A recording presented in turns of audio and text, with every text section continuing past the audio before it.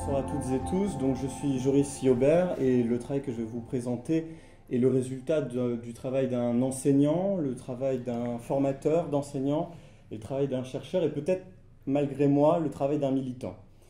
Voyons voir. 3 mots: musique, handicap et inclusion.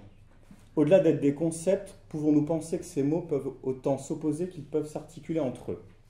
En France, les professionnels de l'enseignement artistique, c'est-à-dire ceux qui exercent dans des structures que l'on appelle conservatoires ou écoles de musique, s'interrogent aujourd'hui sur la diversité des publics qu'ils accueillent, sur le handicap, sur l'inclusion et sur la pédagogie dite différenciée.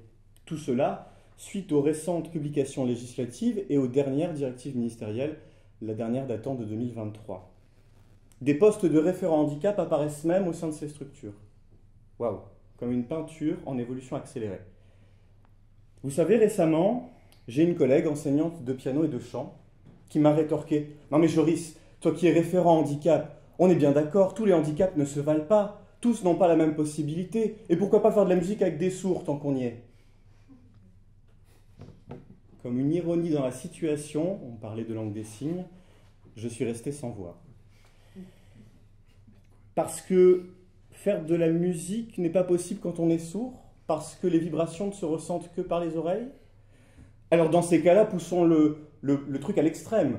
Une personne en situation de paralysie ne pourrait pas faire de la musique puisqu'il y a une forme d'immobilisme et que la musique nécessite du geste, du mouvement. Bref, n'exagérons rien. Durant l'ensemble de mon parcours, j'ai été face à l'écho de ces réticences. Les réticences d'enseignants artistiques à propos du handicap, lorsque je les rencontrais dans le cadre de séminaires, de formations ou de rencontres professionnelles.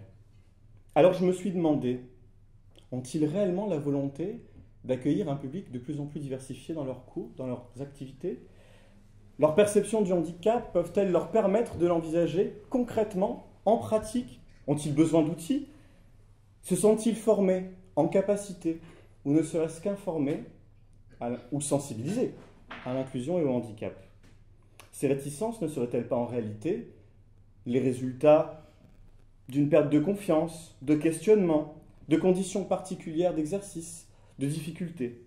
Ces questionnements ne les renverraient-ils pas concrètement à ce qu'ils sont en société, à ce qu'ils représentent en société, ou encore à ce qu'ils se représentent en société?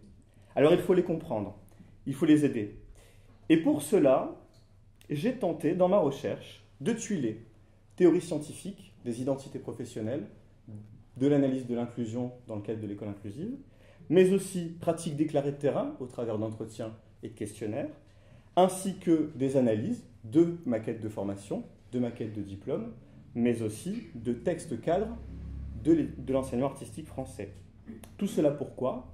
Pour tenter d'ouvrir ce qui n'existe pas encore, des pistes d'analyse des conditions de l'inclusion dans ces établissements, pour aider les formateurs, les enseignants, leur direction, mais aussi les familles, les usagers et les personnes en situation de handicap.